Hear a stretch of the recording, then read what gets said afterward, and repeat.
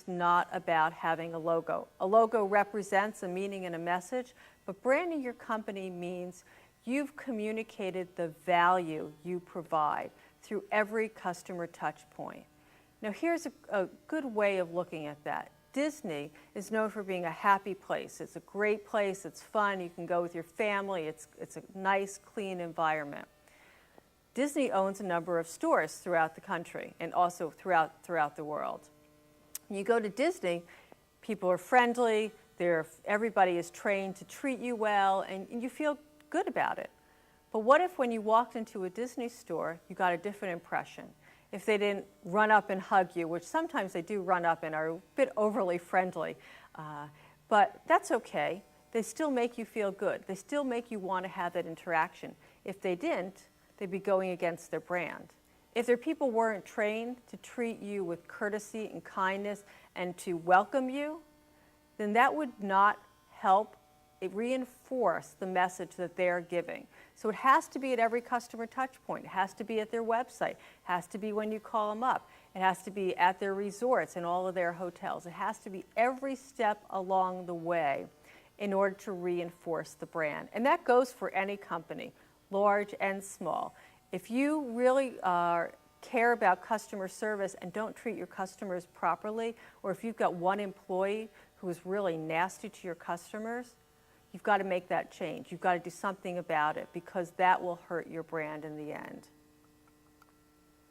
So the reality of marketing is that perception is reality, that your brand is how it's perceived, not how you think about it, but how your customers think about.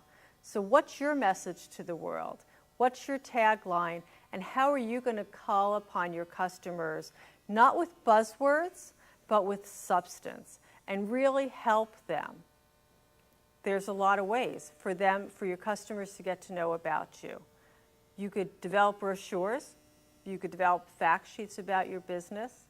You could have an image and a logo. You need to have something that represents your brand, but you don't need to spend millions of dollars on it. You don't even need to spend thousands of dollars on it. You could do direct mail. Direct mail is another avenue for you, for your business. You could go to conferences and exhibit at the conferences or walk around, another great customer touch point. Public relations is a great way to reach to your customers with a message. You might do advertising, although that can be expensive for small businesses. You can create a website and have it optimized so search engines can easily find you.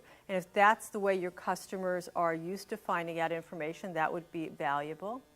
You could do online and email marketing. You can do all the social networking venues that are possible. Online media has become hot. And you can do all of these, or you can pick and choose. And how do you pick and choose? It all goes back to your customers. Most people, when they think about a marketing consultant like me, assume that this is what I do immediately. I write brochures, I create email campaigns, I help clients develop websites. And that's part of what I do, but the reality is it's what I do at the 11th hour. I don't do it until we've identified the customers, their needs, and how they find out about your business. Because until you've answered those questions about your customers, until you've done your research, until you've done your homework, you can't decide and you can't position your outreach, your customer touch points properly. You can decide that the website is the best way for you to go, and it may turn out that's definitely the strategy. On the other hand, you may pour, let's say $30,000 into a really great, cool, cutting-edge website, blow your entire marketing budget on it, and guess what? Your customers don't want to find out about you that way.